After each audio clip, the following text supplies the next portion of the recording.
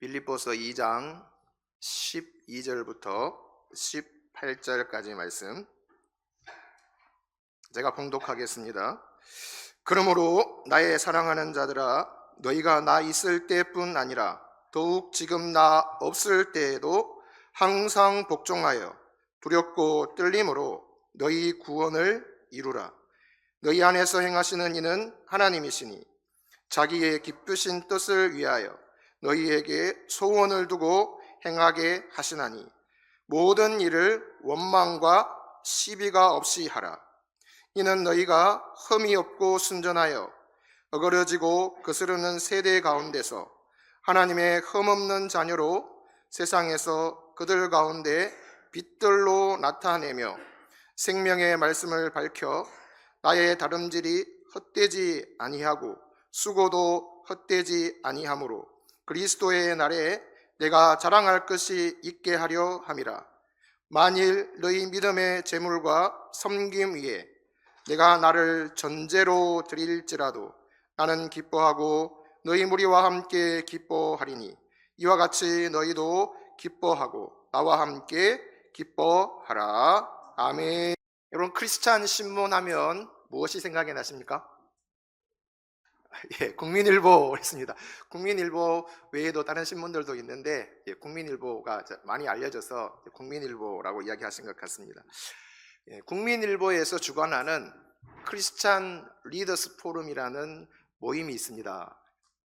영어로 해서 좀 그런데 기독교 지도자들 모임이라는 것입니다. 2019년에 시작이 되었고 해마다 한 번씩 이렇게 쭉 진행을 해왔습니다. 왜 하느냐? 크리스찬 리더들, 지도자들의 영적인 성장을 도모하고 또 우리 사회에 선한 영향력을 끼쳐서 복음을 선포하고 하나님의 나라를 확장하기 위해서 국민일보에 주관해서 1년에 한 번씩 크리스찬 리더스 포럼을 합니다. 원래는 4월 15일에 일정이 잡혀 있던데 혹시 관심 있는 분 한번 찾아보시기를 바라고요. 이 크리스찬 리더스 포럼을 보면 포럼에는 강사가 보통 두 분이 초청됩니다. 한 분은 목회자 가운데 대한민국의 많은 목사님들 가운데 좀 영향력 있는 목사님 한 분하고 또 그 다음에 일반 기업 단체의 지도자들, 기업의 리더일 수도 있고 아니면 학교 총장을 지내신 분도 되고 막 그런 분들 한 분 해가지고 두 분을 모셔서 말씀도 듣고 강의도 듣고 하는 그런 시간입니다. 2021년에 카이스트 총장을 지내신 신성철 박사님께서 강의를 하셨는데요. 이분이 이제 강의를 하시면서 어떤 이야기를 하셨냐면 인류가 직면한 큰 위기 세 가지가 있다 이렇게 말씀을 하셨어요. 첫 번째는 핵 문제고 두 번째는 기후 문제, 지구의 온난화 때문에 이제 문제가 될 거라는 것이죠.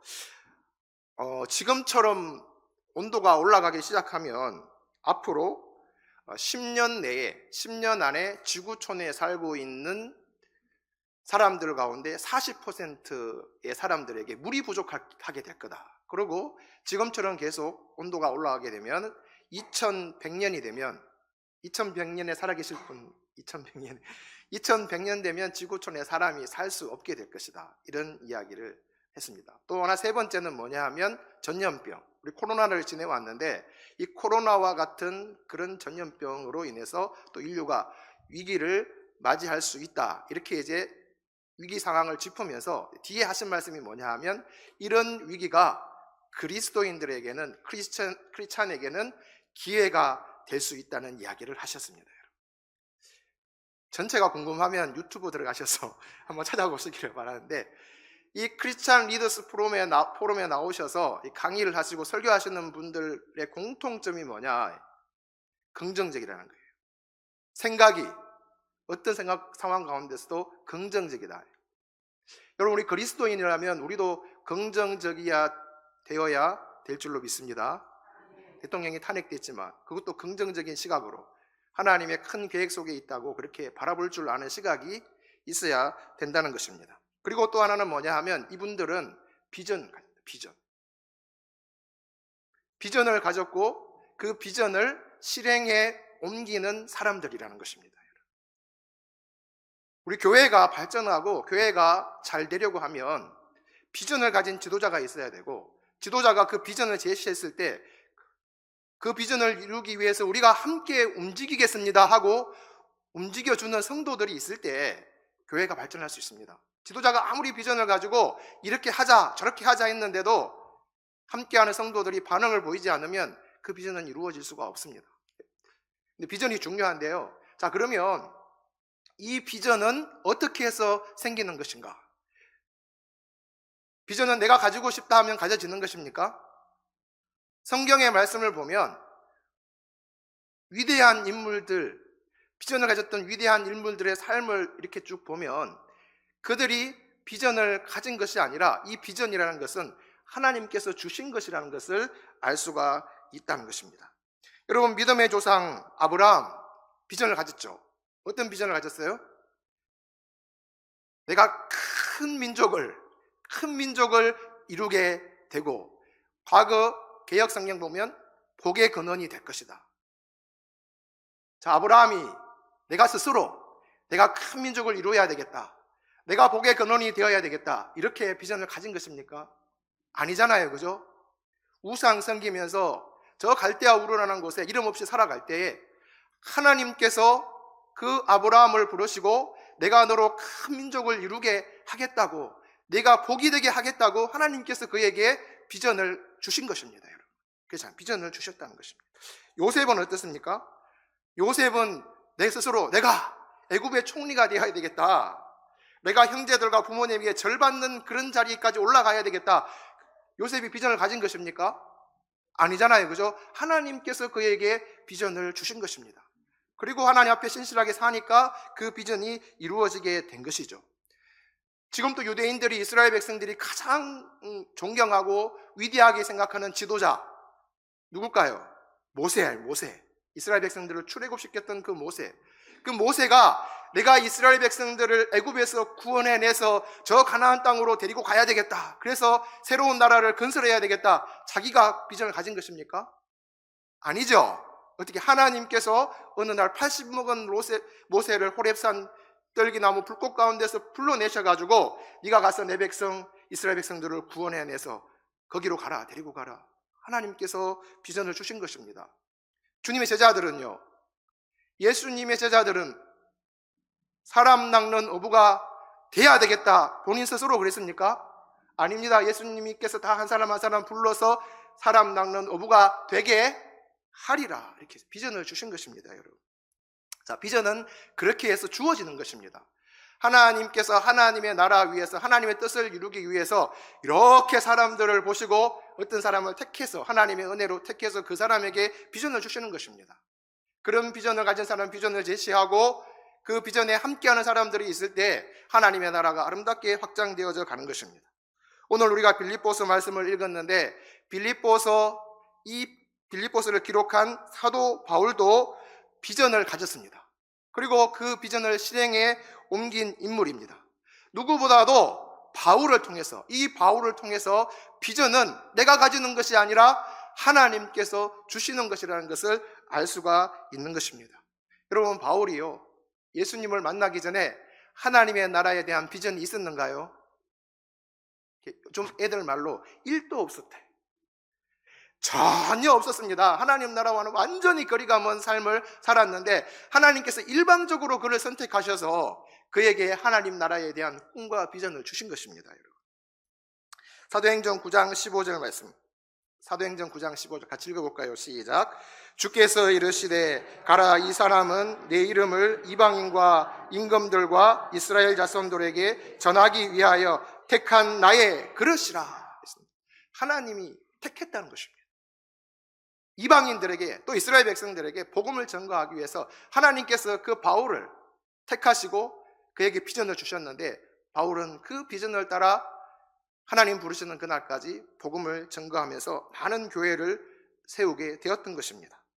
바울이 소아시아, 지금의 튀르키예 땅에서 선교 여행을 하던 어느 날 드로아에 있을 때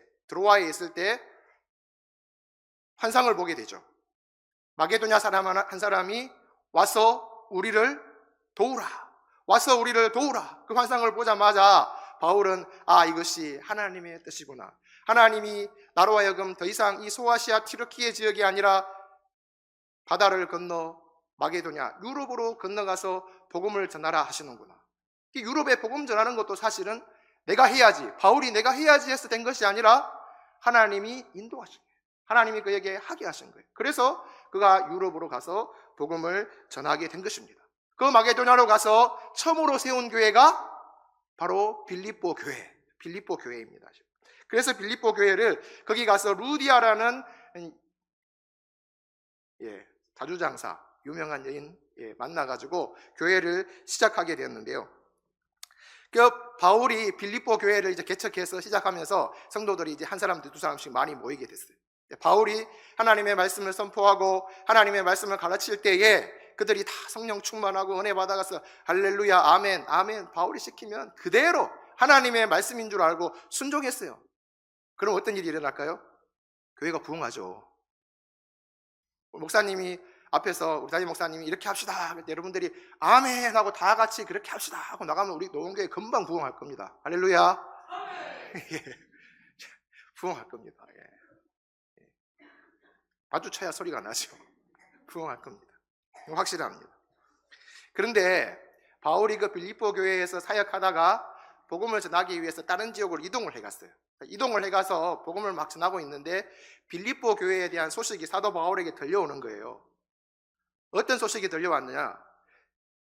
바울이 거기에 있을 때보다 더 열심히 신앙생활 잘한다. 전도도 열심히 하고 순종하고 예배도 잘 드리고 막 헌신하고 사랑하고 섬기고, 그런 소식이 들려왔으면 좋았을 텐데 그게 아니고 바울이 있을 때보다 더 못해졌다.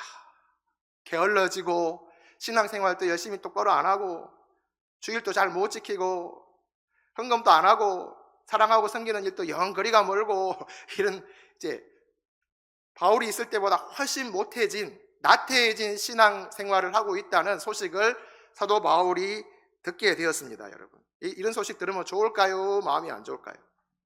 마음이 안 좋아요. 그죠? 우리는 신앙 또 더 좋아져야, 앞으로 갈수록 더 좋아져야지, 과거보다 못해지면 바울뿐만 아니라 하나님 마음도 안 좋으실 것 같아요. 왕년에 뭐가 중요한 게 아니라 뭐죠? 지금 어떻게 하느냐, 지금 어떻게 하느냐, 그게 더 중요한 거예요. 그래서 바울이 너희들에 대한 지금 신앙생활이 나태해졌다는 소문이 내가 들었는데 너희들 정신 좀 차렸으면 좋겠다. 좀 열심을 냈으면 좋겠다. 이런 권면을 하기 위해서 오늘 이 본문에 이 말씀을 하고 있는 것입니다. 12절 말씀 볼까요? 12절 말씀, 2장 12절 말씀 같이 읽어보겠습니다. 시작. 그러므로 나의 사랑하는 자들아, 너희가 나 있을 때뿐 아니라 더욱 지금 나 없을 때에도 항상 복종하여 두렵고 떨림으로 너희 구원을 이루라. 아멘. 너희가 나 있을 때뿐만 아니라 나 없을 때에도 항상 복종하여 두렵고 떨림으로 너희 구원을 이루라. 이 말이 뭐예요? 나 있을 때 너희들 신앙생활 잘했잖아. 순종하고 아멘하고 기도도 열심히 하고 예배도 잘 드리고 전도도 열심히 하고 잘했잖아. 근데 나 없을 때는 더 잘해야지. 이런 말이야. 나 없을 때는 더 잘해야지. 지금 그렇게 권면하고 있습니다. 근데 이 말씀의 끝부분에 보면 두렵고 떨림으로 너희 구원을 이루라. 너희 두렵고 떨림으로 너희 구원을 이루라. 이렇게 말씀하고 있습니다, 여러분. 자, 이 말씀을 저는 처음 읽을 때 그런 생각을 했습니다. 여러분들도 혹시 그런 생각을 하시는지 모르겠지만, 구원은 받는 것이지 구원은 이루어가는 것인가? 여러분 그런 생각 해보셨나요? 지금 혹시 그런 생각이 들어요? 너희 구원을 이루라 그러는데 우리 이미 구원받은 거 아니에요? 근데 왜 지금 바울이 빌립보 교회 성도들도, 이 편지 받는 성도들도 이미 구원받은 사람들인데 왜 지금 구원을 이루라고 말하고 있는 것일까요? 옆에 사람한테 물어보실래요? 왜 지금 구원을 이루라고 지금 이야기합니까? 구원 받았는데. 이 말씀을 좀 쉽게 이해하기 위해서 제가 구원이라는 의미를 과거와 현재와 미래로 나누어서 한번 설명을 해보겠습니다. 구원이라는 말이 과거의 의미로 꼭 그렇다는 게 쉽게 이해하도록 하기 위해서 설명하는 겁니다. 그래서 목사님 이상하게 얘기했다 그렇게 하지 마십시오. 과거의 의미로 쓰이면 우리가 알고 있는 그 구원, 죄에서 자유함을 얻는 것, 거듭나는 것, 영생을 얻는 것, 그걸 말하는 것입니다. 그래서 에베소서 2장 8절에 보면 너희는 그 은혜에 의하여 믿음으로 말미암아 구원을 받았으니 이것은 너희에게서 난 것이 아니요 하나님의 선물이라 했습니다. 믿음으로 말미암아 구원받았다. 하나님의 선물. 내가 노력해서 된 것이 아니고 믿음으로 말미암아 구원받게 됐다. 이거는 바로 구원의 과거적인 의미다. 그런 것입니다. 구원의 현재의 의미가 뭐냐? 구원의 현재의 의미는 바로 오늘 우리가 읽은 본문의 스님 말씀처럼 너희 구원을 이루라 이렇게 하고 있잖아요. 이거는 중생 거듭남에 대한 의미가 아닙니다. 너희가 중생 하나님의 은혜로 거듭났으니 구원을 받았으니 너희가 하나님의 백성답게 거룩하게 살아가야 되지 않겠느냐 이 말인 것입니다. 그래서 이거는 중생 거듭남이 아니라 구원받은 자로서 하나님의 백성답게 살아가라 그런 의미입니다. 너희 몸을 하나님이 기뻐하시는 거룩한 산 제사로 드리라. 삶 속에서 거룩한 삶을 이루어 가라. 성화라 그러잖아요. 그런 삶을 의미하는 것입니다. 자, 그러면 이해됐죠? 이제 구원을 이루라는 말 어떤 말인지. 자, 세 번째 구원의 미래는 무엇일까요? 구원의 미래는 우리가 천국에 들어가서 영화로운 삶을 누리게 되는 것이 바로 구원의 미래입니다. 디모데후서 4장 18절에 보면 주께서 나를 모든 악한 일에서 건져내시고 또 그의 천국에 들어가도록 구원하시리니 그에게 영광이 세세 무궁토록 있을지어다. 천국에 들어가도록 구원하시니, 천국에 들어가서 우리를 구원하신 주님과 영화로운 삶을 누리게 되는 것, 그것이 바로 구원의 미래라는 것입니다. 여러분, 우리의 일생이 끝나면 영원히 즐거운 곳에서 거룩한 아버지 모시고 기쁘고 즐겁게 살겠네. 할렐루야. 우리의 이생이 끝나면 우리 거룩한 아버지 모시고 기쁘고 즐겁게 이게 바로 구원의 미래입니다. 정리합시다. 구원의 과거는 뭐라고요? 중생 거듭남. 구원의 현재는 거룩한 삶, 성화예요. 구원의 미래는 천국에 가서 영화롭게 되는 거예요. 자, 그래서 오늘 우리가 읽은 본문의 말씀에 이 말하는 것은 바로 성화를 말하는 거예요. 너가 좀 거룩하게 또 하나님의 백성답게 살았으면 좋겠다는 의미입니다. 연세가 많이 드셔서 신앙생활을 처음 시작하시는 분들 가운데 교회에 정말 열심히 나오시는 분들이 계시거든요. 우리 교회 말고 제가 과거에 섬겼던 교회에. 그래서 연세도 있고 그러시는데 빠지지 않고 계속 열심히 나오시길래 제가 궁금해서 이제 왜 그렇게 열심히 나오시냐고 질문을 해봤거든요. 이거라도 열심히 해야 제가 죽어서 좋은 데 가지 않겠습니까? 이렇게. 이거라도 열심히 해야 죽어서 좋은 데 가지 않겠습니까? 이렇게 이제 이야기를 하시는 거예요, 여러분. 이거라도 열심히 해야, 예배라도 열심히 나와야지 여러분 죽어서 좋은 데 갑니까? 그거는 아니죠, 그죠? 우리가 죽어서 좋은 데 가는 거는 우리가 뭔가를 열심히 해야 죽어서 좋은 데 가는 게 아니고 우리는 구원받는 순간 좋은 데는 정해져 있습니다. 천국 가기 위해서 열심히 나오는 건 아니라는 것입니다, 여러분. 이번에 우리 교회에 4월 13일 날 세례 받으시는 분이 7명입니다. 기적 같은 사건입니다, 여러분. 이 긍정적인 눈으로 봐야 돼요, 여러분. 7명이 세례 받으신다니까요. 전도 한 사람 하기가 얼마나 힘든데 엄청난 일을 우리 교회가 해낸 것입니다, 여러분. 연세 많이 드셔서 신앙생활 하시는 분들, 청년도 한 명 있어요. 그 청년이 세례 받는 게 너무 마음이 좋아요. 청년도 한 사람 있고 그래서 좋은데. 과거에 제가 세례 교육을, 우리 교회 아닙니다, 다른 교회에 있을 때 세례 교육할 때 어떤 분이 그런 얘기를 했어요. 제가 신과 함께 영화를 봤는데, 신과 함께 보셨어요? 신과 함께라는 영화를 보고 결심했습니다. 어떤 결심을 했는데요? 내가 좀 더 열심히, 좀 더 잘 살아야 되겠다는 결심을 했습니다. 왜요? 그러니까 죽어서 지옥 안 가고 좋은 데 가고 싶어요. 저 신과 함께 보면은 지옥에 대해서 잘 그리고 있잖아요, 그죠? 그거 보면 저거 저런 데 가면 어떻게 하나 겁나. 그거 보니까 잘 살아야 되겠다는 생각이 들었다는 것입니다. 근데 그는 성경이 가르치는 진리와는 좀 거리가 먼 것이잖아요. 우리는 행위로 인해서 천국에 가는 자들이 아닙니다, 여러분. 오직 예수 그리스도를 믿음으로 말미암아 하나님께로 가게 되는 것입니다. 영원한 나라 천국에 들어가게 되는 것입니다. 그 열심히 살아야 되는 이유는 왜요? 예수님이 생명 바쳐, 목숨 바쳐, 십자가에 피 흘려 내 죄를 사하시고 나를 하나님의 자녀로 삼아 주셨기 때문에 우리가 거룩한 삶을 살아가야 된다는 것입니다. 그래서 바울이 그냥 구원을 이루라 이렇게 말하지 않고 두렵고 떨림으로 구원을 이루라고, 너희 구원을 이루라고 이렇게 권면하고 있습니다.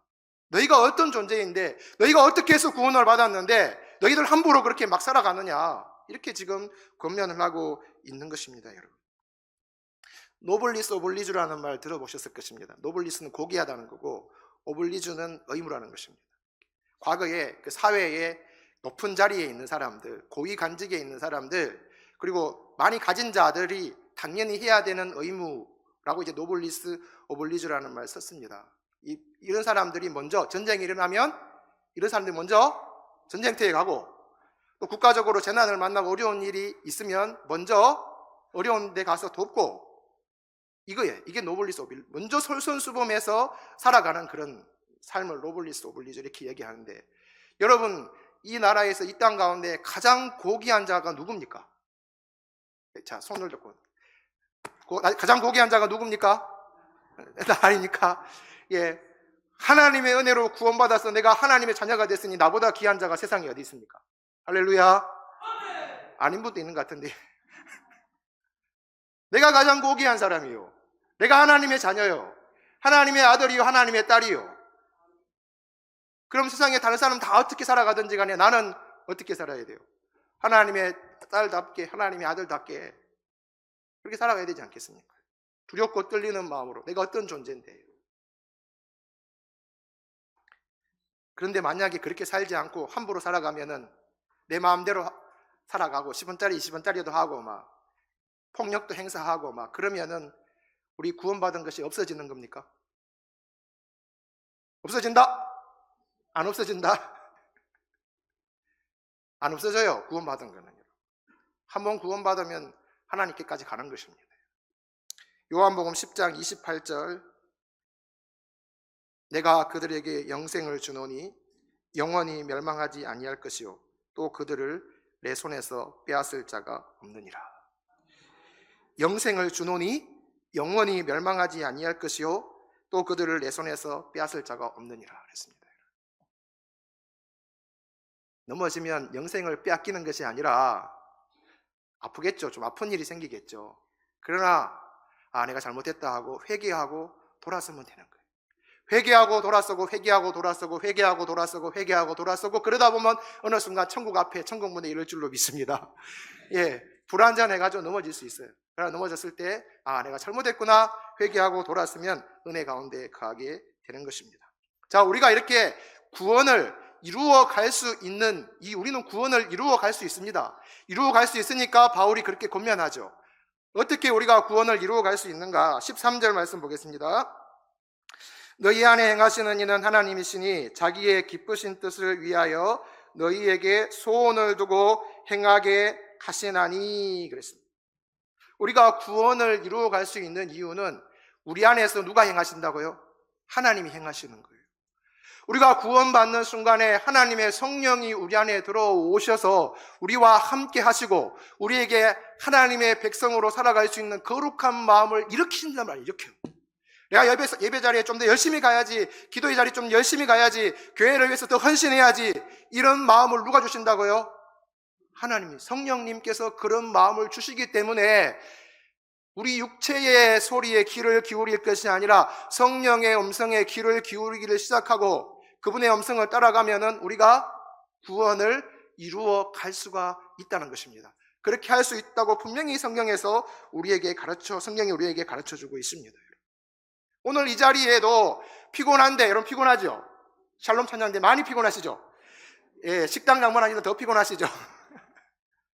그렇지만 오늘 우리가 이 자리에 앉아서 찬양하고 예배할 수 있는 이유는 성령님이 우리 안에 행하시기 때문에, 우리에게 힘주시고, 그럼에도 불구하고 하나님을 찬양하고 예배하는 것이 하나님이 기뻐하시는 일이고 우리 영혼에도 좋기 때문에, 그런 소원을 우리에게 주셨기 때문에 우리가 할 수 있는 거예요. 더 많이 하고 싶으면 어떻게 해야 돼요? 나 주님을 위해서 더 많이 하고 싶어요. 그 소원이 더욱더 우리 안에서 강해지면 되잖아요. 그 소원이 더욱더 강해지게 하려면 어떻게 하면 될까요? 찬양할 때 뜨겁게 찬양하고, 누구보다 기도하는 자리에 힘써 나오고, 하나님의 말씀을 묵상하면서 말씀에 비추어 나의 삶이 좀 이상하다. 말씀을 안 보면 몰라요. 근데 말씀을 보면 알아요.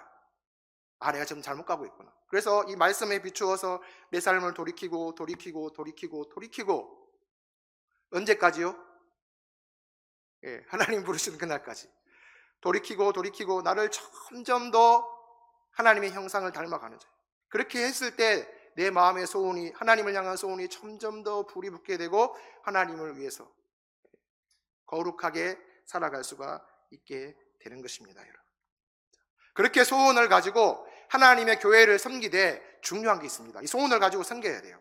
이 중요한 것은 14절, 모든 일을 원망과 시비가 없이 하라.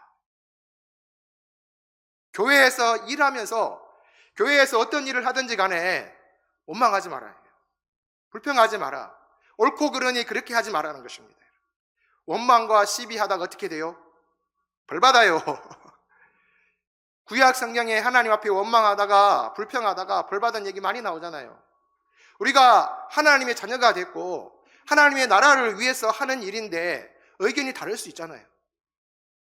색깔이 다를 수도 있고. 그런데 그렇게 다르더라도 원망하거나 시비하거나 그렇게 하지 말아요. 마음을 하나로 해서 그렇게 아름답게 교회를 섬기라고 권면하고 있는 것입니다. 15절 말씀에 보면, 이는 너희가 흠이 없고 순전하여 어그러지고 거스르는 세대 가운데서 하나님의 흠없는 자녀로 세상에서 그들 가운데 빛들로 나타내며.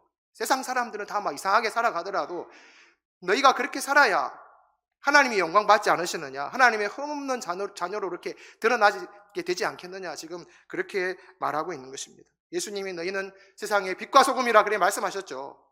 그렇게 살아가라는 것입니다. 세상을 어지럽게 하고 세상을 더럽게 하고 세상을 어두워지게 하는 존재가 아니라, 너희 때문에 세상이 살맛이 나고 너희 때문에 어두운 세상이 더 밝아지고 너희 때문에 좀 기분도 좋아지고 그렇게 했으면 좋겠다는 거예요. 교회에서, 가정에서, 이 세상 속에서 말입니다. 그렇게 했으면 좋겠다고 바울이 권면하고 있는 것입니다. 만일 너희가 그렇게 살아간다면, 바울은 이제 17, 18절에 이렇게 말하고 있어요. 만일 너희 믿음의 제물과 섬김 위에 내가 나를 전제로 드릴지라도 나는 기뻐하고 너희 무리와 함께 기뻐하리니 이와 같이 너희도 기뻐하고 나와 함께 기뻐하라. 너희가 그렇게 정말 두렵고 떨림으로 거룩한 삶을, 구원을 이루어 간다면 나는 내 몸을 전제로 드려도 기쁘겠다. 전제가 뭐예요?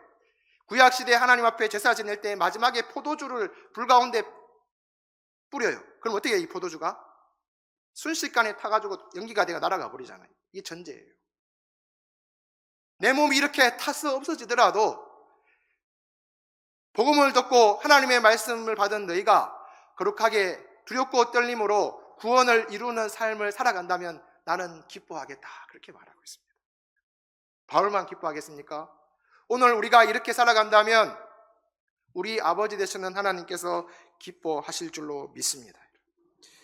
말씀을 정리하겠습니다. 비전은 누가 주신 거라고요? 하나님이 주신 겁니다.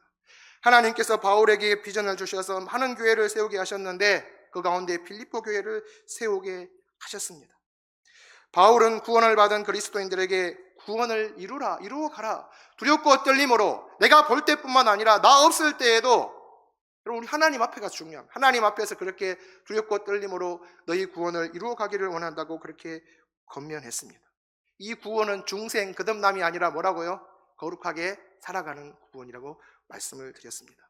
오늘 우리가 이 말씀을 마음에 새기고 하나님의 백성답게 거룩하게 살아간다면 우리 하나님 아버지께서 기뻐하시고 우리를 통해서 영광 받으시고 우리를 통해서 하나님 나라 위에 귀하게 쓰실 줄로 믿습니다. 기도하겠습니다. 하나님 아버지 감사합니다. 오늘 또 우리를 불러주셔서 찬양하게 하시고 또 말씀 듣게 하시니 감사를 드립니다. 사도 바울이 빌립보 교회 성도들을 향하여 두렵고 떨림으로 너희 구원을 이루라 권면했습니다. 하나님, 이 말씀을 우리 마음속 깊이 새기게 하시고 우리가 이 땅을 살아가는 동안 정말 하나님의 자녀들답게, 고귀한 하나님의 백성들답게 두렵고 떨림으로 구원을 이루어감으로 하나님의 기쁨이 되게 하시고